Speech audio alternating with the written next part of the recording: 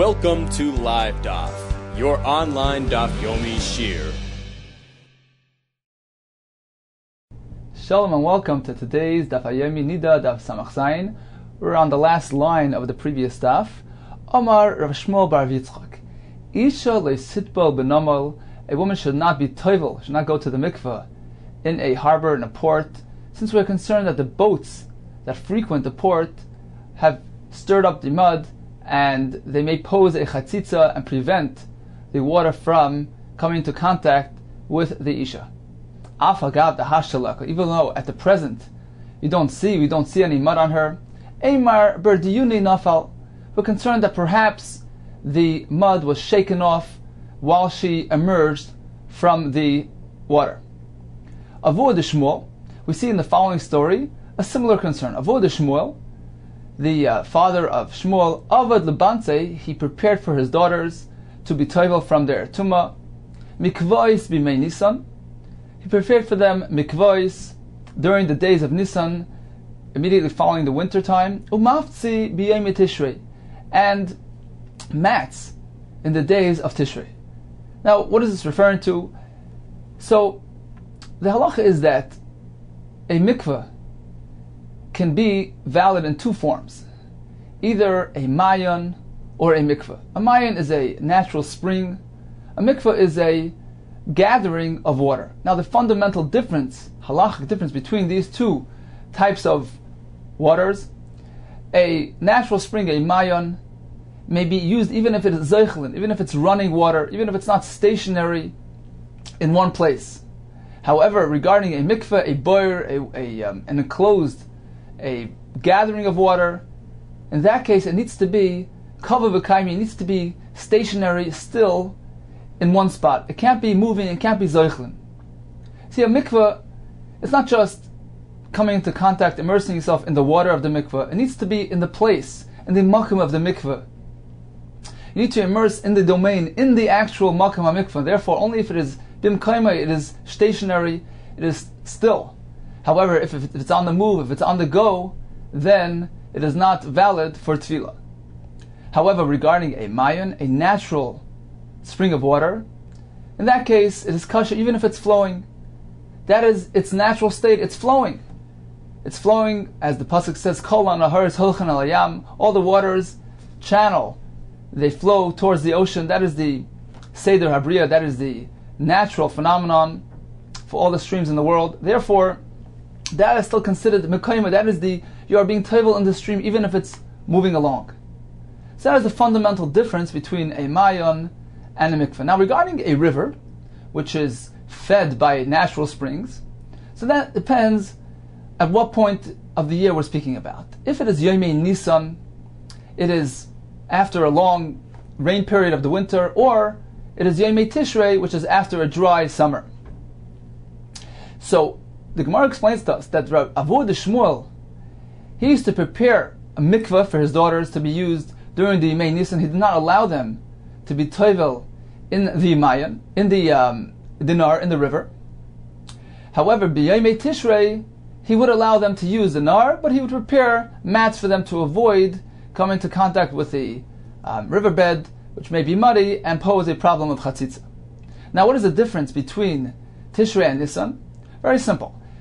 During the Yomei Nisan, which is after the full winter and the rain periods, at that point, the level of the river is swollen. It's above normal. And it is full of, it contains a lot of the rainwater, which was channeled to it throughout the winter. In that case, the river is not necessarily considered to be a mayan, even though it is fed by natural spring water. However, since it filled up, it swelled as a result of the influx of the megashamim, of the rainwater. Now the megashamim are not mayan, they're not spring water. Megashamim can only be matayr, can only be used if they're gathered in one place and not moving along.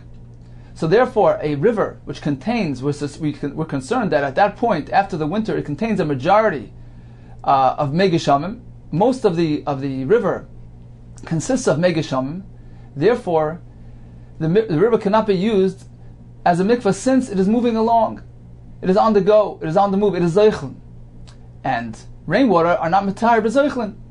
So the river has a status of a mikveh, and therefore it cannot be used since it's moving along. So therefore he did not allow them to use the river during the Yom Nisan, but rather he prepared for them a mikveh of still water. However, b'mei Tishrei, which is after a summer, at that point the river is back to its normal level, and since it is fed primarily by spring water, it has a status of a mayan, and therefore even if it's zeichlin, even if it's moving, it is still a kosher mikveh. So again, Avod Shmuel, the father of Shmuel, Avod Labansi, prepared for his daughters mikvois. He needed to prepare special mikvahs b'yom nisan. That was after the winter when the river was invalid for tefillah.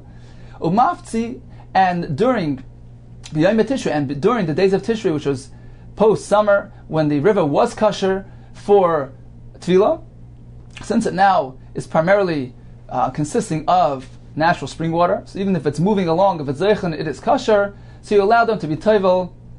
However, he was concerned regarding the mud, so therefore he did umafzi, he prepared mats so that they don't come into contact with the mud, and there's no issue of chatzitza. So here we see as well a concern regarding mud in the river.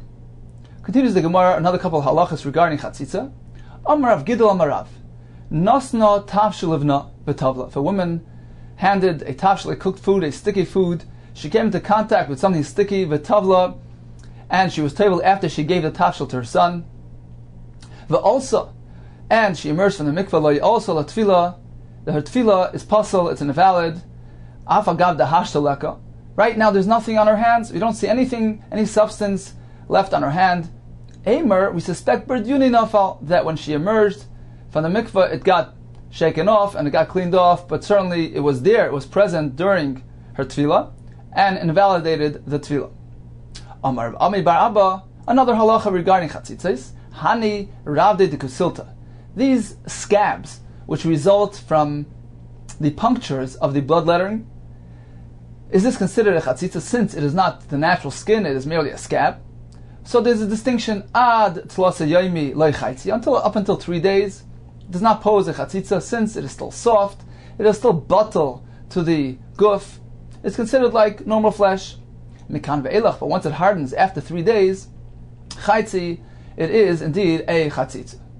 Amamar ukva, lifluf sheba'ayin, mucus that's inside the eye, that depends, lach, if it's still moist, ein chaitzitz, it's not a chatzitza, since something that is moist allows the water to penetrate through it, and it is not considered to be a hefsek, a chatzitza, to passel the tefillah.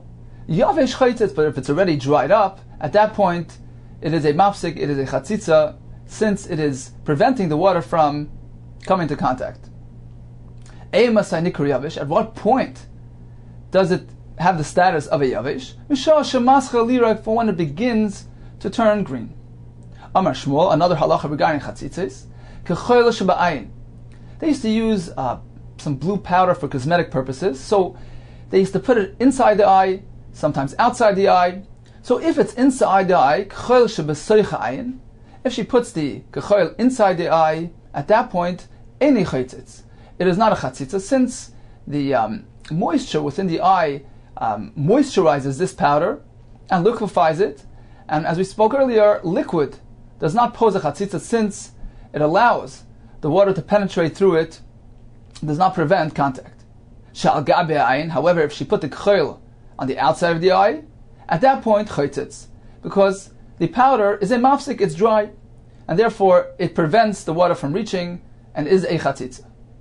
However, im hayu eineo parchais, if she blinks, and she blinks a lot, and therefore the blinking action, what it does is it loosens the powder, or removes the powder, and only leaves just a little bit of a insignificant amount, some really thin film of this powder. So in that case, since it's so insignificant, afilu gab al gabia ayin, even if the kechayel is outside, on top of the eye, on the outside, ein chaitzitz, since there's not much left there. Amar Rabbi Yochanan, another halacha regarding chatzitzes, pascha einea b'yaser, if she, while she's toivel, she opens her eyes very wide, and that causes a fold to form on the top of the eyelid. If she closes her eyes very tight, and that forms a fold on the bottom of the eyelids. So again, it's preventing the water from reaching where it should be reaching. Like also, her tefillah is puzzle. Continues the Gemara. Amar Rav Shlakish, ha'isha lo sitboil elak derech deilasa. An isha should be toivel derech deilasa, in the usual manner in which she stands and conducts her business. Meaning, she should not cling her arms to her guf, to her body tightly. She should not put her feet together very tightly. At the same time, there's no need for her to extend her hands unnecessarily or extend her feet apart unnecessarily. But rather, she should stand and be toivel in the usual manner, in the way she walks and she conducts her usual activities. Meaning, just loose, not tight, nor exceptionally extended. Kidisnan, as we have learned a similar halacha in the following Mishnah, regarding a nega. If a man has a nega, he needs to show it to the kohen, and the kohen determines whether it is a nega tar or nega tameh. Now the halacha is, the pasuk says, L'chol marei eini hakohen. The kohen needs to have open access. It has to be visible. The nega has to be visible to the marei eini hakohen, to the vision of the kohen. And this comes to exclude lafuke beis hastorim. If the nega is found in a concealed area, it is not considered a nega, and the person remains tahor. Now, what is an example of beis hastorim? The armpit, or between the legs in a hidden area, beis ha'erva. So, how do we determine what is inside the beis hastorim and what is considered outside the beis hastorim? What is the borderline between the two areas? Says the Mishnah, we look at the person, we examine the person as he stands, as he positions himself in a manner in which he conducts himself, in which he does his usual activities. For example, says the Mishnah, you need to take a person and position him in a way that he is plowing, he is oider. And this is concerning a nega which is found in the armpit. So when he is being oider, when he is plowing, he's extending his hand just a little bit, not too much and not too little. And this is a determination of what is considered the beis hastorim and what is not. If you see it while he is being oider, then that is evidently not in the beis hastorim. If it is hidden, then indeed it is considered the beis hastorim. Umaisek zeisim, and if you find if a nega is present between the legs in the beis ha'erva area, then we look at him, we position him in a way that he stands when he is moisek zeisim, when he is gathering olives from the floor, that he bends down a bit and spreads his legs a bit, and that is a determination for what is considered concealed and what is considered revealed.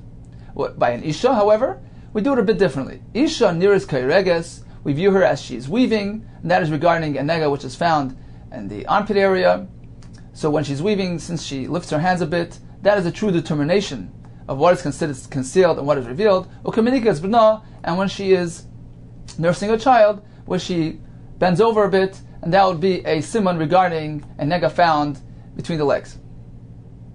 Says the Gemara, Amar Rabba bar Huna, Nima, a hair which is knotted, Nima achas, a single hair which is knotted, Kishura, Chaytzetzes. A single hair which is knotted is a chatzitza, since one hair which is knotted into itself prevents the water from reaching that area inside the knot, and is considered to be a chatzitza. Shalish, if you have three hairs that are knotted together, Ein chaytzetzes, they do not pose a chatzitza, since hair are stiff, and even if they are tied together, it is not tight enough to disallow water to penetrate in between them. So one is a chatzitza, three together does not get tight enough to pose a chatzitza. Shtayim, any idea, what about if it's in between? It's not one, it's not three, it's two. I'm uncertain, I have a suffix, not sure whether this is a chatzitza or not. We only know that one hair that is knotted is considered a chatzitza, but past one is not a chatzitza, whether it's two or whether it's three. So in conclusion, we had a list of chatzitza concerns. Number one, not being toivel in the nahar, for fear of the mud that's present there. We had the halacha of an isha who should not come into contact with tafsha, with the cooked food. She should not feed her son, and even if you don't find the remnants of this tafshil after tefillah, they're still concerned that perhaps it was there and it came off during the tefillah, on the way out of the tefillah. We have the next halacha regarding the scab. Depends whether it's within 3 days or after 3 days, when it is considered to be batal, considered to be part of the skin if it's still soft, but once it dries up, it is not considered to be part of the skin and it is a chatzitza. We have the halacha regarding mucus inside the eye. Depends if it's lach, depends if it's yavish. We have the halacha of the k'chil, of the cosmetic powder.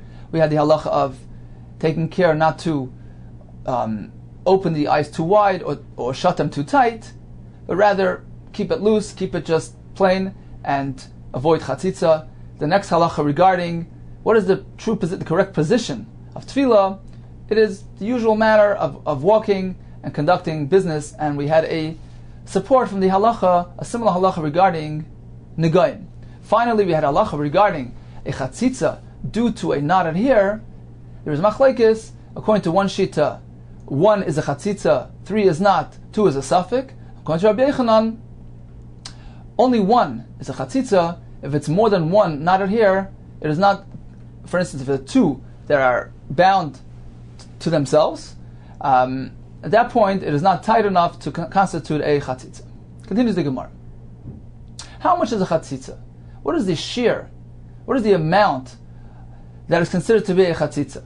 Rav Yitzchak Dvar Torah, according to the Raisa, according to the Din Torah, Rashi explains this is a halacha l'Moshe Sinai. It is not written clearly in the Torah, but it is a halacha which we received from Moshe, who heard at Sinai. Dvar Torah, Rubai hamakpid alav choitzes. There are 2 conditions that are required to determine that something is a chatzitza. Number 1, it has to be rubai. It has to be present in the majority. Rashi explains this to mean the majority of the sa'aris of the hair.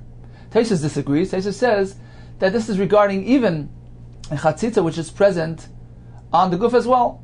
Rubai, majority of the guf, that is the condition of rubai. So achlekes rishonim, whether the Gemara is referring to roiv sa'aris or roiv of the whole guf. In any case, the first condition is rubai. It has to be roiv, a majority. It has to be a very, very significant amount of chatzitza there. The second condition is hamakpid. It has to be something that he is makpid on, that he objects to its presence. He'd rather have it off. He intends on removing it. So in that case, when you meet those 2 conditions, it is A, rubai, B, it is makpid alav, choitzitz. That is it in Torah. Rubai ve'ene makpid alav. But if it is rubai, it is a very large chatzitza, but he is not too concerned with it, he's not makpid on it, einoi choitzitz. So min ha-Torah, that does not constitute a chatzitza. Since he's not makpid on it, Rashi in Sukkah explains that since he has no intentions of removing it, he's not too concerned with it, therefore it is batal. It is considered to be as if it's part of the guf, part of his basar, part of his flesh, and is not considered to be a chatzitza, and is fine. Continues the Gemara, this is midaraisa. However, midrabanan, they enacted exera to safeguard the din Torah. Meaning, min ha-Torah, you're required to have 2 conditions, rubai and makpid. Said the Rabbanan, v'gazru, the Rabbanan decreed, al rubai she'eni makpid. They decreed, even if there are only one of these aspects present, either it's rubai or it's makpid, that is sufficient to constitute a chatzitza. V'gazru, chacham v'gazru al rubai she'eni makpid. If it is a very significant chatzitza, it is roiv, it is very large, but nevertheless he doesn't care, he's not makpid. Mishum rubai hamakpid. Chachamim enacted a din chatzitza, a takana, a gzeira regarding a roiv, even if he's not makpid. Why? On account of the halach of midaraisa of rubai hamakpid, which is a chatzitza midaraisa. So they always went 1 step ahead, meaning in order not to transgress issa daraisa, chachamim made a takana. We have to stay 1 step ahead, even if only one of those 2 conditions are present. For instance, it's rubai, even though he's not makpid, it still constitutes a chatzitza and invalidates the tefillah. Similarly, regarding the second condition, v'gazru al mi'utay hamakpid, and they were geyser, even if it's only a mi'ut, it's only on the minority, but it's a makpid, it's not so big, but he is makpid, he is particular, he would like it to be removed, he objects to the presence of this chatzitza, he is makpid.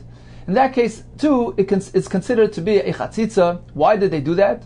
Why did the Chachamim consider it to be a chatzitza? Mishum, on account of Rubai HaMakpid, on account of the chatzitza midaraisa by a Rubai HaMakpid. So they always stayed one step ahead. Either one of these two conditions, either it's Rubai or it's Makpid, we still consider it to be a chatzitza, Gzeira Mishum, Rubai HaMakpid, which is a chatzitza midaraisa. Ask the Gemara, what if it's missing both conditions? It's neither Rubai, neither Makpid. It's only a small chatzitza, and he's not too concerned about it. What about that case? V'ligzar nami, why didn't the Chachamim make a gzera as well? In the case of mi'utay she'eni makpid, in the case where there is a miut, and in addition he is not too concerned about this chatzitza, mishum mi'utay hamakpid. Since you are invalidating a miut hamakpid on account of the hakpada, since there's one condition present, he is being makpid, he objects. You just told me that midrabanan we consider it to be a chatzitza and validates the tefillah. So too the Chacham should be geyser, should make a gzeira, even by a miut she'eni makpid, since it is one step close to miut hamakpid. Says the Gemara, there's a big difference here. He guf a gzeira. A miut hamakpid is merely a gzeira d'Rabbanan, and therefore we cannot enact a gzeira based on a gzeira d'Rabbanan.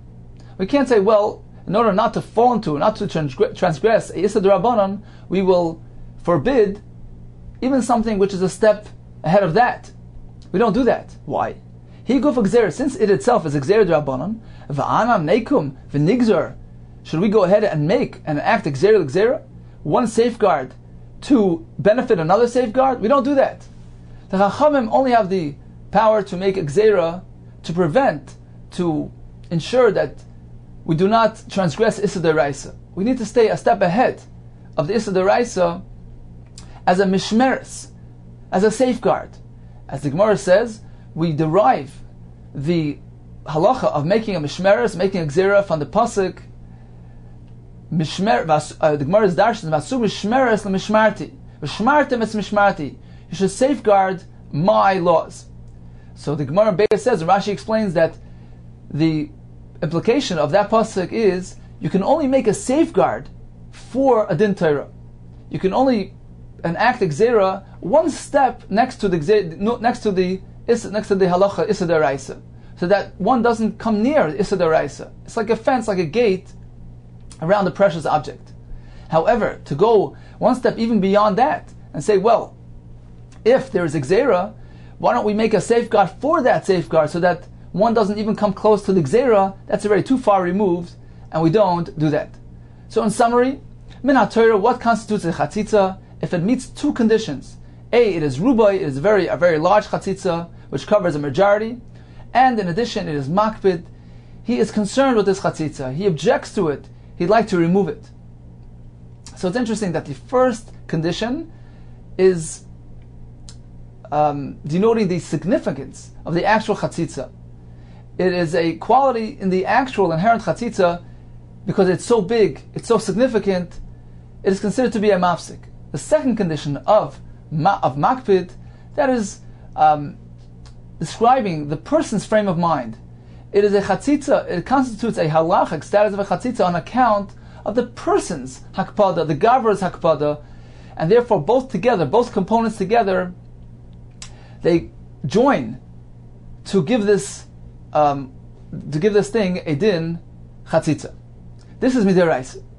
Midrabanan, however, Chachamim enacted a safeguard, and they disallowed even when one of these conditions are present. Either it's rubai or it's makpid. However, when both are absent, it is neither rubai nor is makpid, then even midrabanan, it is not a chatzitza.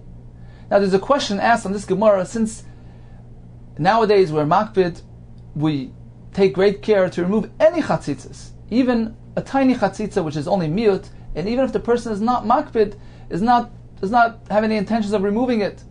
Says Ramah, we need to remove that as well, so that we don't confuse things and we don't come anywhere near the true chatzitzas. Ask the Taz, what about gzeira l'gzeira? The Gemara here states explicitly that Chacham did not forbid such a minor chatzitza, since it is a gzeira l'gzeira. Says the Taz, when the Gemara speaks about gzeira l'gzeira, that is that the Chachamim didn't invalidate a tefillah when performed in such a manner. They didn't passel a tefillah with a chatzitza of a miut she'ein makpid, just as they did regarding a chatzitza where one of those two conditions were present, whether it was rubai or miutai. In that case, the actual tefillah was passel on account of the gzera. But Chacham will not passel a tefillah in a case of a miutai she'ein makpid. That's too far removed from the true chatzitza, the original chatzitza midaraisa. What the Ramah is speaking about is something entirely different. The Ramah is speaking about l'chatchila. It is preferable, it is better, it is advised for a person to remove anything from his guf prior to tefillah. However, b'di eved, certainly if he didn't do so, and there was something present which was just insignificant, it was a miut she'ein makpid, certainly the tefillah is kosher. Continues the Gemara. Amar Rav, Niddah bizmana, a Niddah, in her prescribed period of tefillah, we know that a Niddah who sees dam, she is tummy for 7 days, and is toivel on the night following the full 7 days. She needs to wait for the complete 7 days. We learn from the pasuk, Tia b'nidasa, she is considered to be a state of a Niddah, kol zayin, the full 7, she needs to wait until nightfall. So if she's being toivel bizmana at the completion of the 7 days, ein tevelas el b'layla, she needs to be toivel at night, she needs to wait for nightfall. Shalei bizmana, however, if it's already past the time, say it's already the 8th or the 9th day, there is no stipulation for her to be toivel dafka specifically at night. Toivelas bein v'yem bein malayla, she can be toivel by day or at night, since it's already past the full 7 days. There's no halacha stipulating that she needs to be toivel specifically at night. The point is just she needs to wait for the completion of the full 7 days. But if it's already the 8th or the 9th day, she can be toivel even by yom. Rabbi Yochanan Amar, true. Technically speaking, theoretically speaking, she can be toivel by day, once it's already the 8th or the 9th day. But there's another additional concern. Even if it's already past the time, if it's already the 8th or the 9th day, we don't allow it to be toivel only at night. Why? So that her daughter should not follow her in her footsteps. Meaning her daughter will notice that her mother is going to the mikvah by day. She will not differentiate between the 7th, the 8th, or the 9th day. She will think in her mind, it's probably the 7th day, and she's being toivel by day. So we see that's permissible. And when it comes her turn to be toivel, she may go be toivel by day, which will be the 7th day. And that is not permitted. So therefore, out of concern for this development of this rach vita, of her daughter confusing things and transgressing the halachas, we disallow the tefillah by yom, regardless of if it's the 7th day, the 8th day, or the 9th day. Says the Gemara, even Rav reversed his decision, his halacha. Niddah bein bezmana, bein mishlei bezmana, ein teveles ela balayla. Why? Mishum srach bita. So we see that Rav agrees to Rabbi Yochanan's halacha that a woman, a Niddah, should never be toivel by day on account of srach bita, as to not to confuse her daughter. Continues the Gemara. This is only a lechatchila. There are some circumstances in which we have to allow an isha to be toivel during the daytime, provided that it's already past the full 7 days. For instance, Askin Rav Idi ben Narash, Rav Idi, enacted in the town of Narash, lemitvel b'yoyma de timnaya, to be toivel during the day of the 8th day, mishum arivasa, because there were lions prowling at night, and in order to prevent the woman from being exposed to danger, he allowed them to be toivel by day. This was an exceptional circumstance. Aracha bar Yaakov Papunya as well, in the town of Papunya, Mishum Ganvi enacted this leniency because of the Ganovim who were present at night, the thieves that prowled the streets at night. Rav Yehuda did the same thing in Pumpadisa, Mishum Tzina, because of the extreme cold. Rava b'Machayza, in the town of Machayza, he paskened the similar halacha Mishum Avaloi, because of the gatekeepers who were goyim and did not want to expose the nashim to these negative elements. Continues the Gemara. Let's take a look. Let's see. Ha'idna, nowadays, after we accepted upon ourselves the chumrah de Rav Zera, that an isha who sees even a mashru, even a drop of dam, considers herself to be a zava and observes shiva nekim, a full 7 days. Now we know that, unlike a Niddah who needs to wait until nightfall of the 7th day, a zava, on the other hand, in her case, she can be toivel, even be a mama, even during the 7th day, even during the day. She doesn't need to wait for nightfall. As soon as she observes part of the 7th day b'tahara, we apply the halacha of miktzas hayom kekuloi.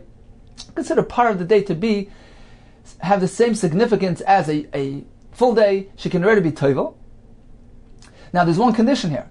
After she's toivel, she needs to monitor her situation. If she remains clean until the end of the day, fine. Otherwise, if she for some reason would see more dam after the tefillah, that forfeits, that invalidates retroactively her tefillah. So technically speaking, she can be toivel anytime during the 7th day, provided that she stays tar throughout the rest of the day. Says the Gemara, Michti ha'idna, nowadays, kulu safek zaves shavin rabbanan. The rabbanan have applied the most stringent guideline to our women. We consider them to be safek zaves. Perhaps they are bimei zivasam, perhaps they have a status of ziva, and therefore they have to observe shiva nakim regardless of how many times she saw, how much she saw, and she is sefer shiva nakim. And at the completion of the shiva nakim, she is toivel. Said Rav Papa, why can't they be toivel b'yayim? Why are they restricted to tfilas laila? If she would really be a niddah, she sees dam Sunday, and she has a status of a niddah, then true, she has to wait until 7 days, until Matzah Shabbos to be toivel. But in our case, where she's waiting for the dam to stop flowing, and then only afterwards she's observing 7 days as a zava would. Why can't she have the leniency of a zava and be toivel by day of the 7th day? Let her be toivel during the middle of the 7th day. Says the Gemara, Mishum de Rab Shimon, there's a problem, there's a gzeir de Rabbanon, the Sanya achar titter. The pasuk says that an isha who's a zava, she observes shiva nakim, afterwards she is toivel, she is tar. So we darshan achar l'kulan. The pasuk achar is implying that it needs to be after the full 7 clean days. There can't be any dam anywhere in the middle. If she sees any dam within the 7 days, that invalidates, that cancels out the whole the days that she had already counted up until then. She needs to count all over again. There shouldn't be any tuma interrupting the 7 days. There has to be a 7 consecutive yimei tahara. Reb Shimon Omer, we learn another thing from here. Achar titar, afterwards she is tar. What does achar mean? Achar maisa titar.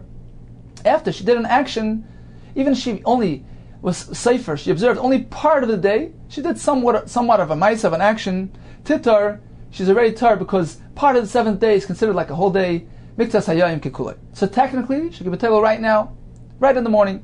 Chacham stipulated, don't do it, shema tovei de sofik, since there is a doubt here, there's an uncertainty as to what the rest of the day will bring. Perhaps there'll be a negative development after she's tevel, she will see dam again.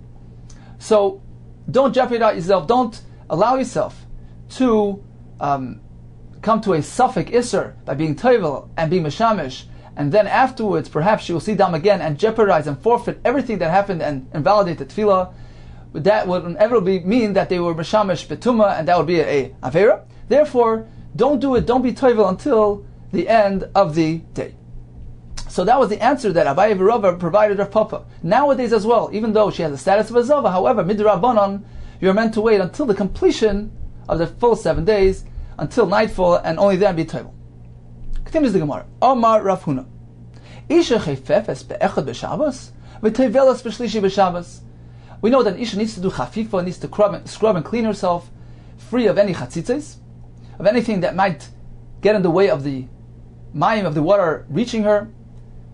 Now, l'chatchila, it is preferred to be chayfef in the afternoon, immediately prior to tefillah samuch, l'chafifa tefillah, to ensure that no chatzitzes surface between the chafifa and the tefillah. Says Rav Huna, a great chiddush. An isha can be chayfef on Sunday afternoon, although she's only intending to be toivel b'shlishi b'Shabbos on Tuesday. Here it means Monday night, beginning of Tuesday, even though there is a day in between the chafifa and the tefillah. Why is that allowed? Because we find elsewhere that an isha is allowed to do that. She's allowed to allow a day to elapse between the chafifa and the tefillah. We're not concerned about chatzitzes. So here too, she's allowed to do it, and there's no concern of chatzitz.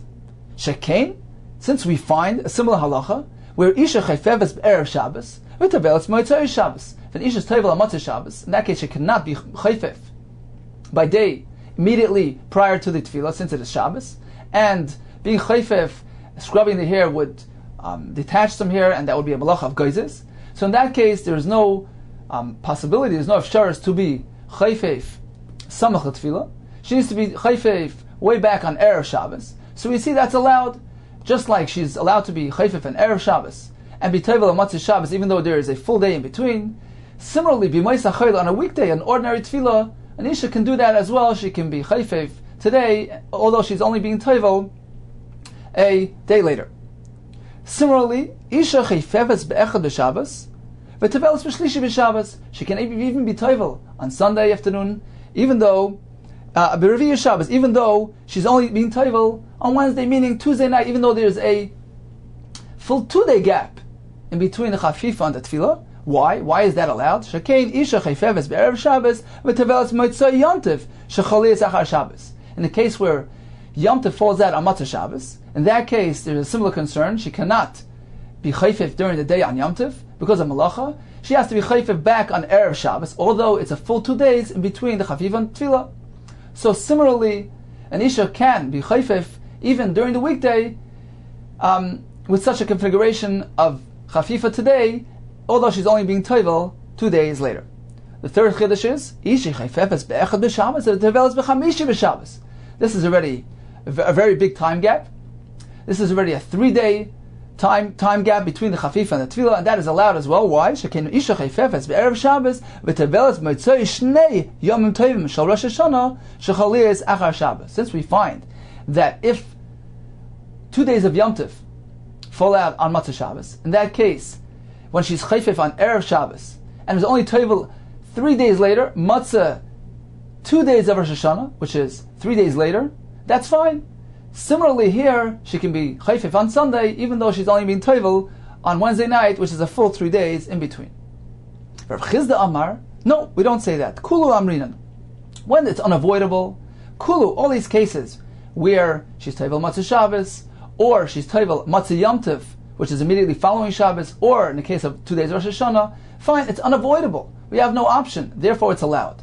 But you can't draw an analogy to a regular weekday tefillah. Shekain lo yamrinan. We don't say this is allowed here because we find it elsewhere. Heichad efshar, where we could do it properly, certainly we should do it properly. We should be masmich the chafifa l'tefillah and be chayfef immediately preceding the tefillah. Heichad lo yefshar, when it's not possible, fine. We have no choice. We can't draw a comparison from one to the other. A third shita, Rav Yema Amar, afilu shekain nami yamrinan. He agrees with Rav Huna. We do draw a comparison. We do say the analogy of shekain, just like we find it elsewhere. So too, it is allowed even in an ordinary yom ha'chayil tefillah. She can allow a gap of 1 day, 2 day duration between the chafifa and the tefillah. However, levar, there's one exception. Meisha chayfeves be'echad b'Shabbos v'teveles b'chamishi b'Shabbos. What was your third case? Rav Huna said even she's chayfev on Sunday and tovel Thursday, meaning Wednesday night, which is 3 days later, that's allowed on account of the tefillah of a matzeh to Yom Tovim Rosh Hashanah after Shabbos. Says Rav Yemar, I disagree with that. In the case of Yom Tov Rosh Hashanah after Shabbos, in that case, we don't allow her. In that case either, we don't allow her to be chayfef so far apart from the tefillah. In that case, she'll have to be chayfef on Matzah Rosh Hashanah. Levar, says the Gemara, meisha chayfefes be'echad b'Shabbos v'teveles b'chamisha b'Shabbos. In the case of Sunday to Thursday, that's not allowed. Why? Because what was your analogy? You brought a raya from Rosh Hashanah, which fell after Shabbos. In that case, either she is not allowed to be marchik, to generate such a great gap between the chafifa and the tefillah, the efsha, the chayfefes balayla, v'teveles balayla. In that case, since it is such a great duration between the chafifa and tefillah, we don't even allow it then, and she will have to inevitably do the chatzitza at night, Matzei Rosh Hashanah. So we have two extreme shitas and something in the middle. Rav Huna says you're allowed to allow even a day, 2 days, or 3 days in between the chafifa and the tefillah on account of the fact that we find a similar halacha elsewhere. Says Rav Huna, I disagree with that. When you have no choice, it's unavoidable, fine.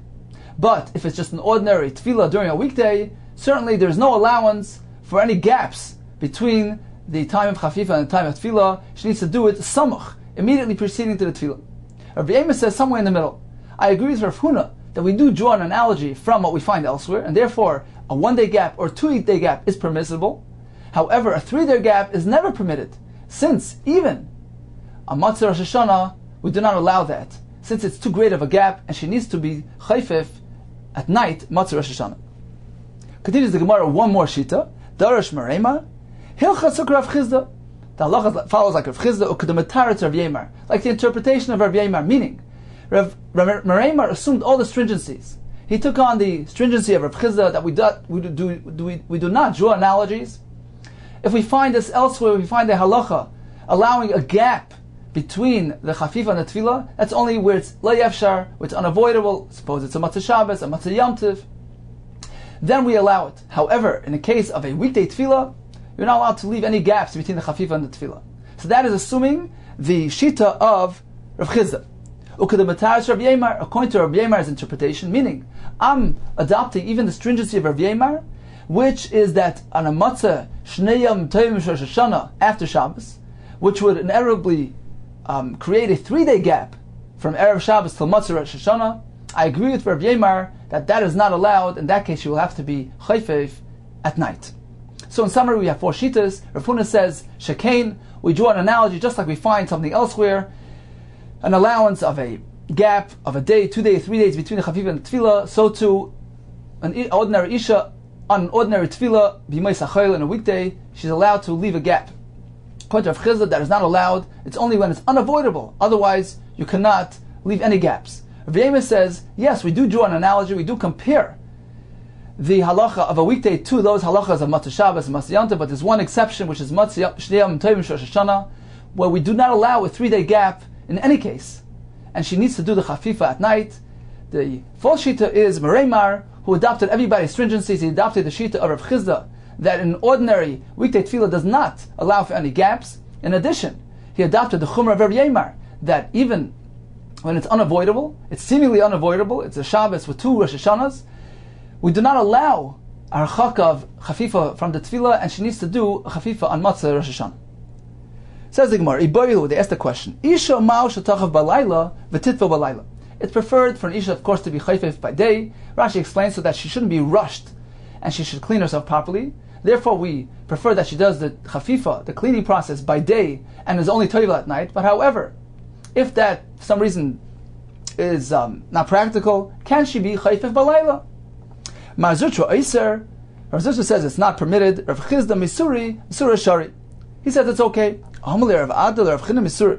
Lav Hachi, Hava Uvda. Wasn't there the following incident? But Visu the Abamari Reish Galusa, regarding the wife of Abamari, the Reish Galusa, the head of the community, the Ikud, there was some sort of quarrel there, and she refused to go to the mikveh. Azor Nachmar Yisrael Kafiyusa, he went to pacify her, Amalei, and she told him, "My Yisashta, why are you coming to me now to convince me to be toivel?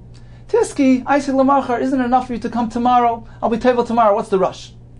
V'yada, and he understood, Micah Amalei, what she was alluding to, that she hadn't yet cleansed herself, and therefore she is postponing till tomorrow. Amar, so he responded, is that the problem? Dudi chasart, are you lacking pots of water to clean yourself? Tishtaki chasart, are you lacking stools to sit on while you clean yourself? Avdi chasart, are you missing? Do you need help? Are you lacking slaves? I'll arrange it for you. I'll take care of you. Take care of the chafifa and go be toivel. So although it was already nighttime, it was already balayla, we see, nevertheless she can be toivel, even though she's being chayfef balayla. So this is a proof to the shita that allows her to be chayfef balayla, even though she is being toivel that very night. And as Taisus explains, it seems to be only a b'diavad. However, the preferred method is, the Rashi explains it over here, that since there is a chashash, there's a concern of memaheres, of muhuma lebesa, that she will be rushed, therefore the preferred method is, of course, to do the chafifa in a relaxed manner during the day preceding the tefillah of the night.